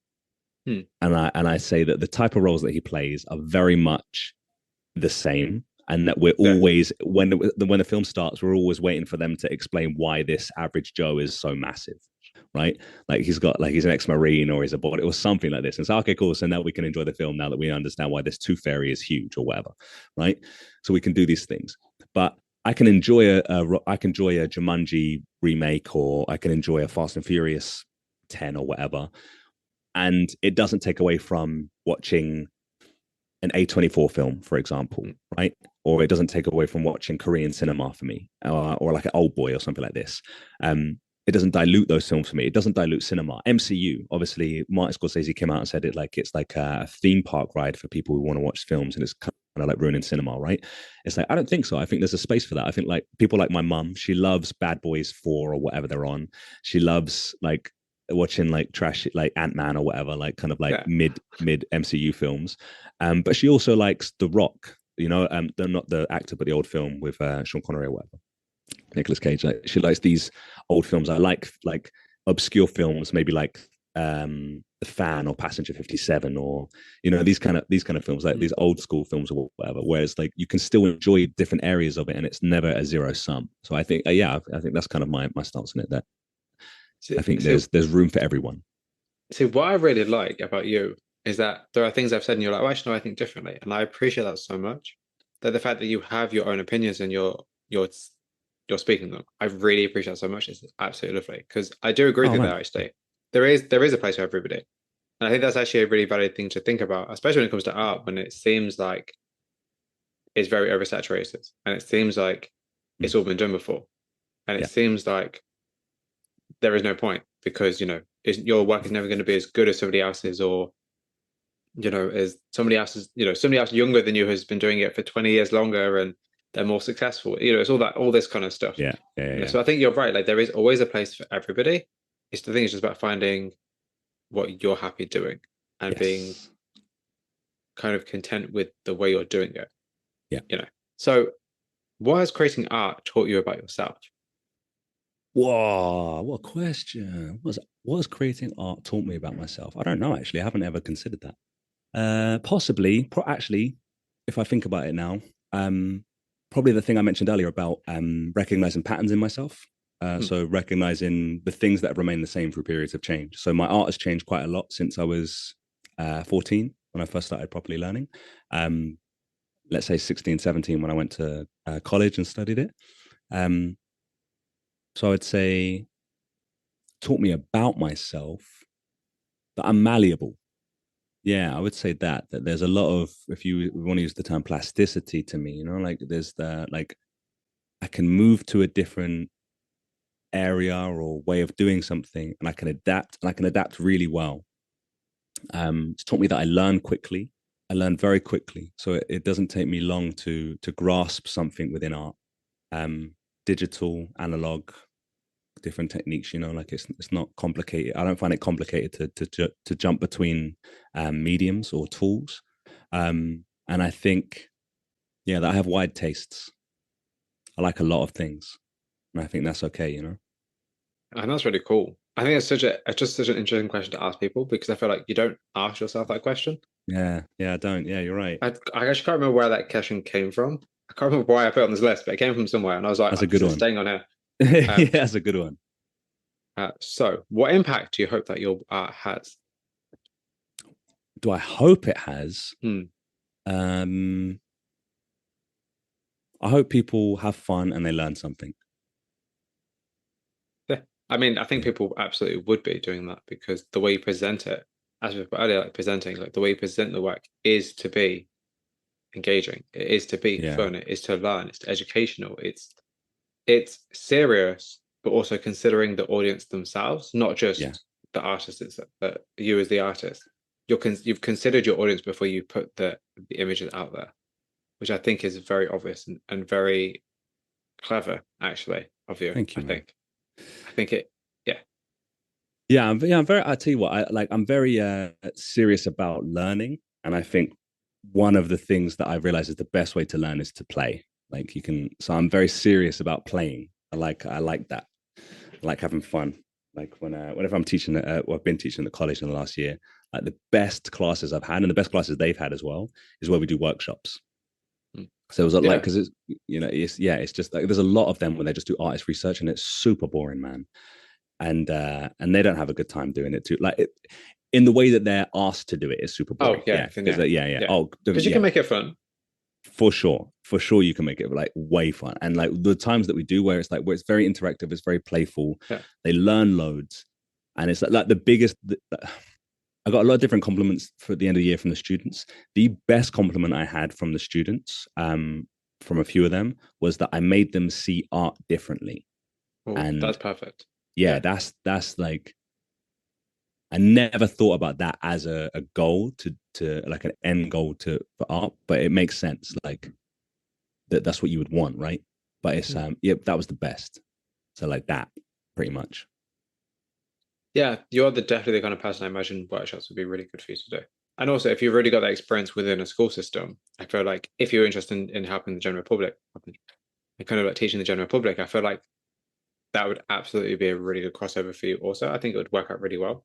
But I think it depends. Like, it depends what you can. I feel like you could probably open a school at this point yourself, to be very honest. That's the goal. I actually honestly, about to say, I honestly feel like that wouldn't be like an out of reach goal. I actually think that would be actually quite not easy for you to achieve because obviously there's a lot of logistics. But I feel like that would actually be like 5, 10 years, an actually achievable goal for you. I feel like you have the knowledge, and you have the foundation, and you have the skill, and you have the personality. You have kind of a bit of everything. Maybe you just don't have the funding, but I feel like then that can always be sourced through your work, and or through other investors.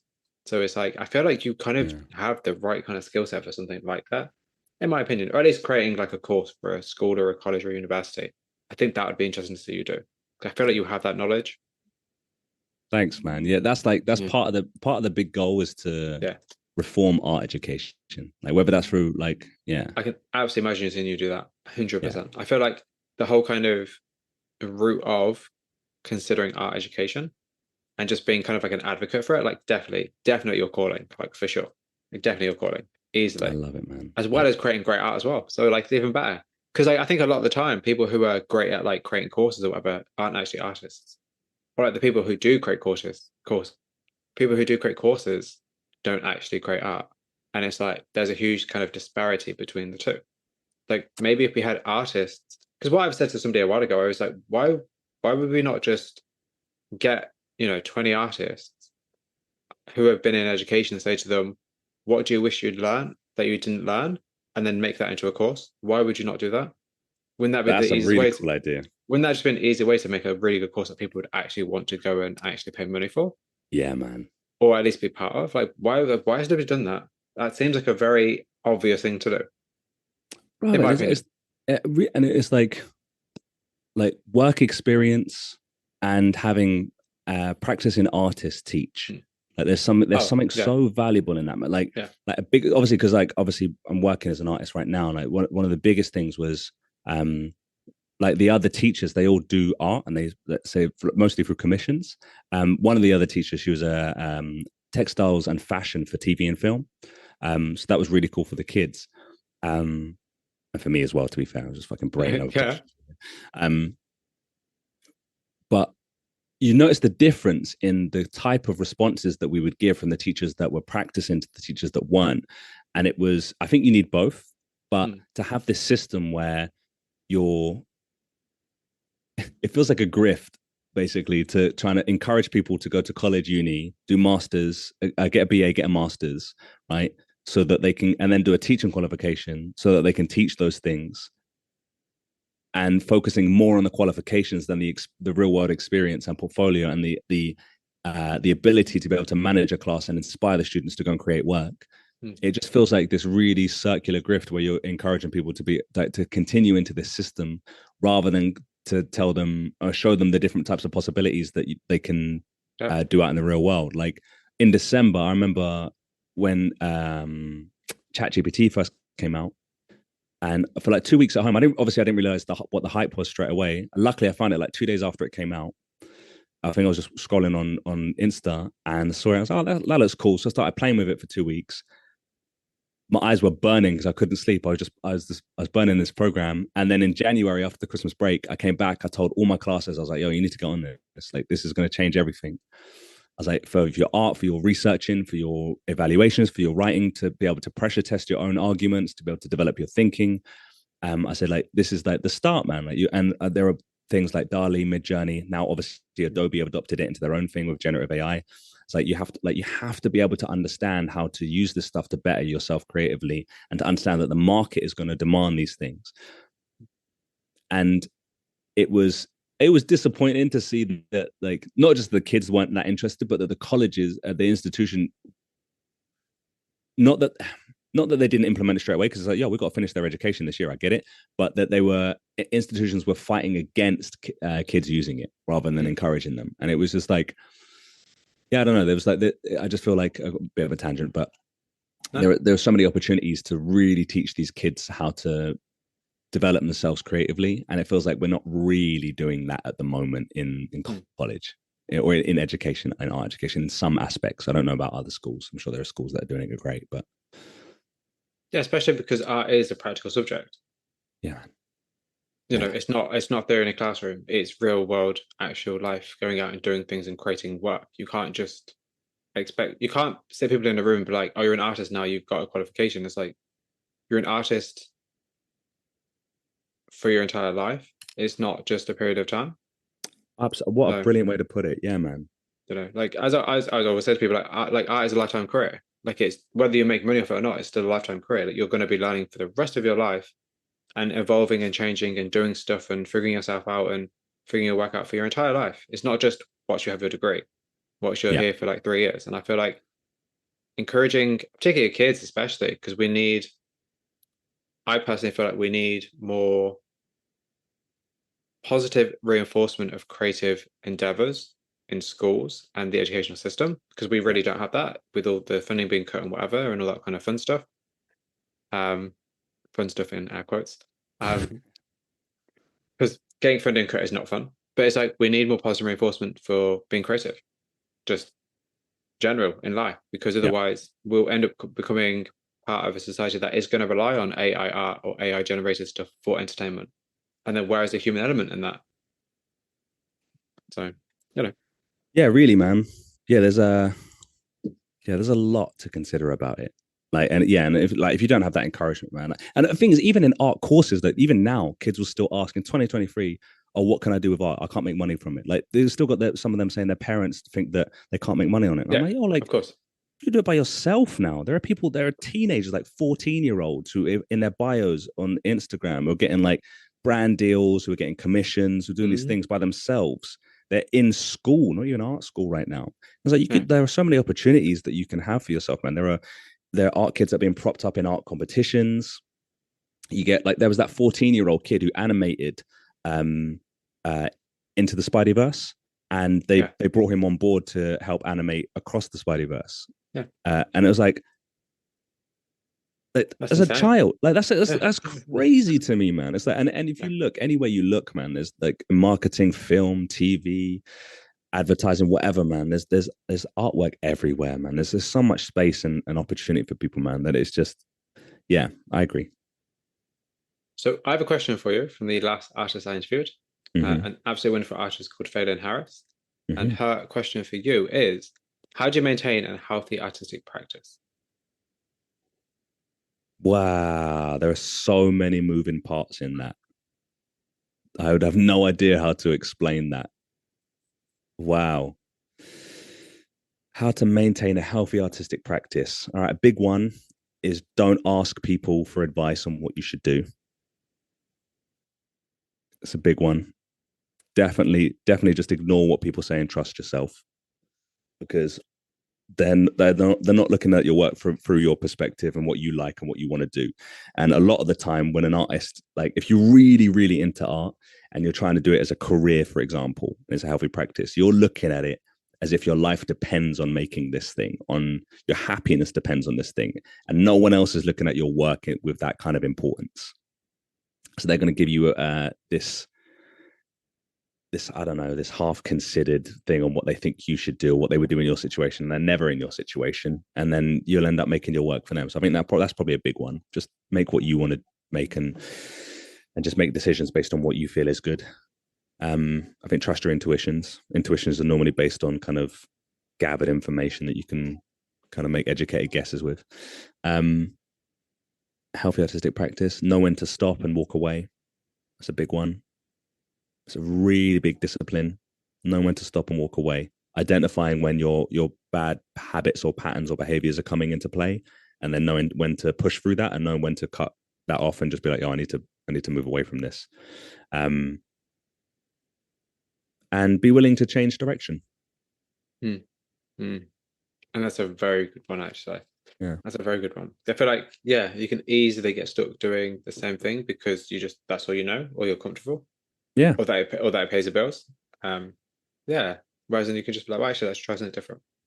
Yeah. Yeah. I would say. Yeah. That'd be So, my so, answer. so do you have a question for the next artist I interview? You know what? I hope I wrote this down because I remember reading this. I remember reading a question from the other artist. I didn't read what the question was. I remember thinking like, oh, what if you asked me? Uh, Yeah, I did write it down. I was never Perfect. thinking like, what if you asked me if I've You got a do realize question? that it's the only thing highlighted in the whole entire list. Is it? Yeah, it's the reason for it being highlighted because the only question that I have to make sure I ask every artist. That's the only question. If there's any one question that I ask people, has to be the question because it needs to be for the next person. So yeah, do you have a Uh, question? yes, I do. What experience do you want the people who view your art to have? Perfect. What experience do you want? Do you want? Okay, perfect, perfect, perfect. Okay, we have like 5 more questions. So, which is more important, the skill of the artist or the personality of the artist? I don't think you can compare them like that. Okay, Yeah, I think they're both needed.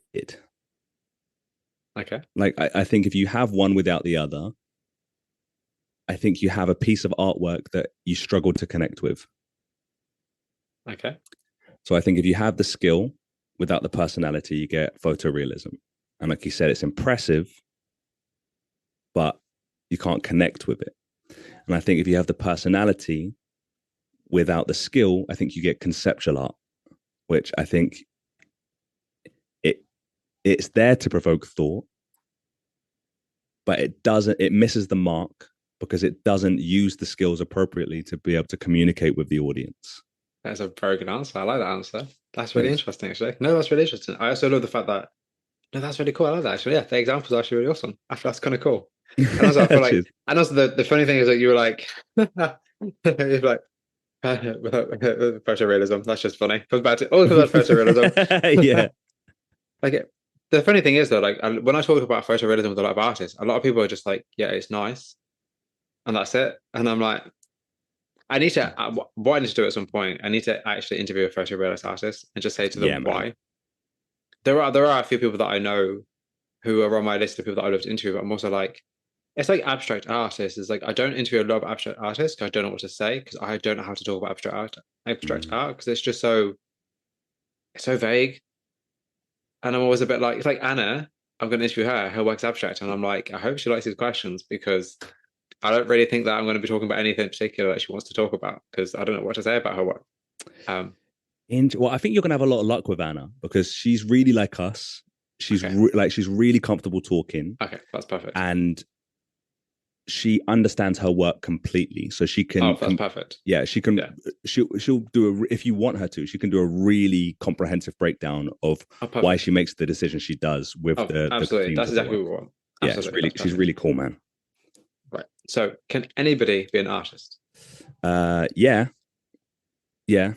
I just don't know if anyone could be a good one. Well, what Yeah, makes a good artist then? I don't know. I think it's subjective. They're like a proper Londoner when you said that as well. That's so funny. Yeah, yeah, Proper Londoner. That's hilarious. yeah, Okay, no, fair enough. Okay, yeah, cool. That's cool. yeah. So, what does it, in your opinion, what does Mm. it mean to be a successful artist? Ah, man. In my opinion, good question. Yeah, all right. In my opinion, what it means to be a successful artist, it means that you achieve some version of the things that you set out to achieve, but that you experience things that you never considered before. Ooh. Yeah. So this is why you're such a good person to interview because your answers are so interesting. Oh, thanks. Like they are. Like, that's a really good way to put it because it's like that's kind of true though. Because it also because that gives you the idea of like you know what you want, but you're also willing to explore and experiment and Mm. accept the fact that you actually are going to grow what you're creating, the work you're creating. It's not just about oh, I found the formula to make a lot of money. It's like, well, actually like let's learn, let's experiment, let's create something that is different, let's try things. That's so cool. I like that. That's where you are and you will continue to be successful because you think that way and you have that mentality. Thanks, man. That's why we're going to see the Lee Putman School of Art at some point in the future. Yeah. And I'm going to be like, absolutely. No, I do think honestly, you're going to definitely go places. I feel like you're just the way you are online and the way you speak. And as I've said before, like the way you speak, the confidence you have, just kind of the ideas you are and the way you articulate yourself. I definitely feel like, because like you'd be great at like pitching ideas to people. Like I feel like just the way you speak is so articulate and it's just so like, yeah, I can absolutely see you do so many different things. Even in the realm of like, obviously, I don't know if you'd want to do it, but the same way like art coaching or art mentoring, like even stuff like that, or even just like pitching for artists or like kind of becoming some kind of art advocate, I feel like, yeah, I definitely feel like you'd be good in a role like that, as well as obviously being an artist. I don't know. I feel like you're one of these people who are, you're very well rounded, I think. Thanks. Yeah. But we'll see. Like, hey, we'll see what the future holds for you, because you know, plenty of years yet left. Oh Yeah. yeah. There's loads to explore. I would love to do stuff like, you know how like Brian Cox or Neil deGrasse Tyson, they're like Yeah. good science communicators, Mm. and they really like they explore it, but they in themselves, but they also communicate it to the wider public without diluting it. I Yeah. would love to do that on an art sense, you know, kind of Yeah. almost like how Oh, kind of like Bob Ross or like Neil Buchanan would do an art attack or yeah. something like this, you know. Like Yeah. I love Yeah. that. Of course. Yeah. Art Attack. Wow, that is the throwback. That's In a it, throwback. in it. Oh Yeah. man, No, that's that so. is, yeah. With the Julius Caesar talking head. Yeah. Absolutely. Yeah. Oh Absolutely. man. That was the best part of it. But so funny. That's so funny. Wow, that's childhood. That is. That's nostalgia. Right. Okay. So two more questions. Yeah, two more questions. So the penultimate question. Mhm. Well, they're both double barrel questions. So, what would your younger self think about your work? He'd love it, man. The younger me Yeah. would love this stuff, and I think I create the stuff that I want to create now with that kind of appreciation in mind. Like when I was younger, I would look at paintings when I was younger and look at paintings like the stuff that I'm making now and love it. Like I still have this idea of creating a comic book, just one issue of like a running comic, like a Spider-Man, X-Men or something like this. But each panel was an oil painting, Ooh, and just that's doing the cool. whole thing. Like I would like, and but it would be in the style that I paint now and like different Yeah. things. And the younger me would, yeah, he'd love it, man. Like to be able to know, yeah, he'd love it, man. Yeah, he'd love it. But wait, how big would you do that? Comic book. Well, it'd be I don't know, because it'd have to work when you shrink the images down. There'd be a lot of consideration into it. But I'd love to do like that, or maybe a graphic novel. Just spend like a year doing it. I feel And like just make maybe, them. but maybe Yeah. did that on the side of a building or something would be cool. Oh, a comic book on the side of a building. Yeah. Nah, I'd want people to have it in their hands and look. I mean, no, not that I wouldn't want people to look on the side of a building. That'd be nuts. But like, I'd want people to have it in their hands. I want people to be able to look at it and just be like, it just be almost like a special edition of something, you know, Mm. like this artist Lee, whatever, blah blah. It's the oil painting edition of, I don't know, like the New Avengers or something like this. It'd just be really cool. I think like a little for I don't know, like or a Batman thing or something like this. Something just where you just like, because that's what got me into comics was art. Like I loved it, and then obviously I loved the storytelling afterwards. But yeah, I loved it, man. Yeah, younger me would love it. I wonder if there's anything that I should think like would be some. It'd be really interesting to do some kind of, I don't know what, but something where you have like limited edition runs from different artists. I don't know of what. Whereas in like, I guess one of the popular things to do, obviously not for your work necessarily, but like is like toys or whatever, and people do that already. But something different where you have like, that's not just like a print run or like a t-shirt run or whatever, but something where like an artist can put their own work into a certain space or something, but it'd be like some kind of a limited edition. I don't know, something like that would be cool. Something collaborative, something interesting. I don't know, that brings people that are completely different together. I have an idea Um, for that actually. oh, So there's there you like go. I'm kind of like I'm sort of doing it now. So on the Facts and Fineliners page, I'm doing my first collaboration with a page in India called the Reading Room. So they provided the facts and I do the drawings and narration. Ah, So then we kind of connect audiences, and but also one of my second biggest audiences in India. So it kind of like it's nice to be able to do something with someone over there. But I thought about like guest narrators. So like yes. having like people that do like kind of, there was one of the guys that like one of my works was a guy called Ranger Hamza. He's on CBBC. He does like Oh, these like nature talks where he kind of like teaches kids about whatever. I was like, oh, it'd be really cool if I could connect with him and get him to narrate some yeah, stuff. And then I was like, it would be really cool if I could do like guest artists or guest narrators. So let's say there's like celebrities, for lack of a better word, yeah. obviously, and people who are kind of in that field, or maybe actors or kind of sports personalities or personalities of some types, and they come and they do it'd be like a Ranger Hamza, or let's say I don't know, like Tom Hardy's the only name I can think of that comes to mind, like a Tom Hardy edition. He comes in and like narrates it, or whatever. Yeah.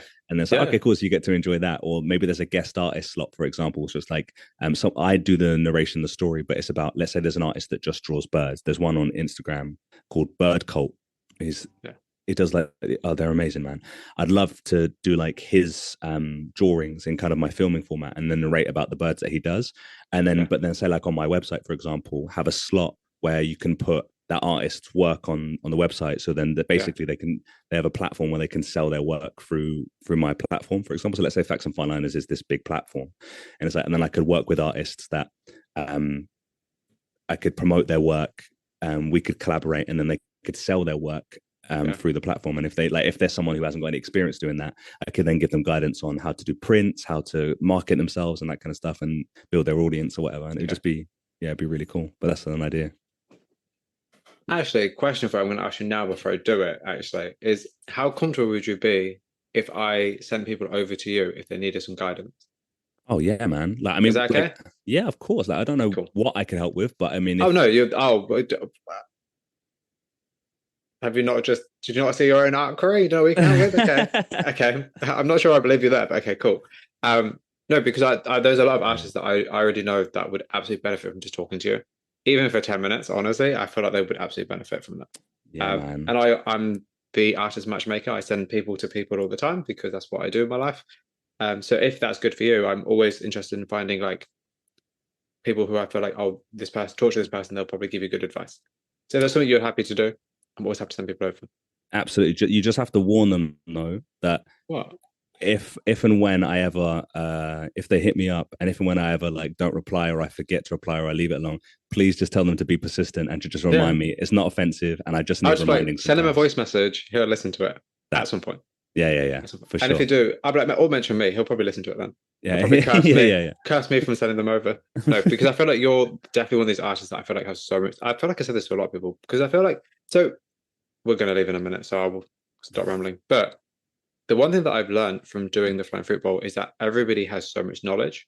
And I feel like sometimes you might not realize how valuable you are and how much knowledge you have. And I feel like you are definitely one of these people who have so much knowledge and so many kind of good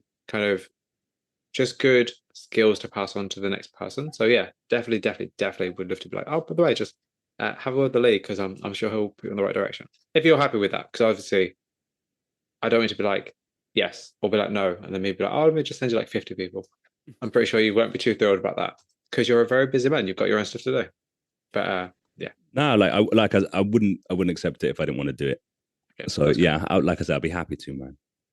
Okay, that's perfect. Just I already know people who I'm like, actually, I know you would probably have really cool conversations with them, because all I'm trying to do is encourage conversations between people. That's all I want to do, realistically. But okay, anyways, I'm going to leave you alone in a minute. So the last question, which is a double barrel question. What are you currently working on, and where can people find more about you and your work? Oh, yeah, so I'm working on two things. One is my contemporary art, which is paintings mostly around wildlife and specifically more about the movement in street dance. I am not currently looking to exhibit my work at the moment.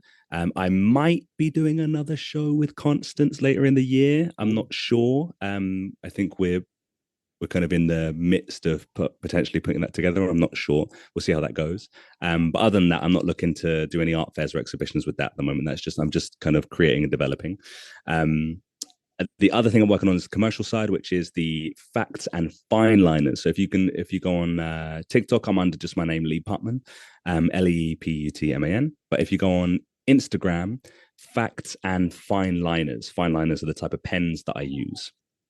The profile picture will be a wasp that's drawn in fine liners, but that's pretty much where you can find most of the stuff that I'm doing. I'm usually on social media with the commercial side, just kind of posting up 5 days a week, talking to people. And I've also got my page on Instagram there where I kind of update people slowly on my contemporary side, but I tend not to kind of be on there too much. I quite like to keep that a little private at the moment. But those are the things I'm doing at the moment.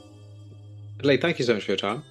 Oh man, my pleasure, man. I really, really appreciate it. I really appreciate it.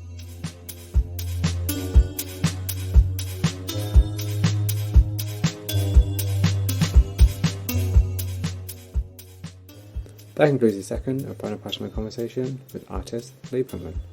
Thank you very much for listening.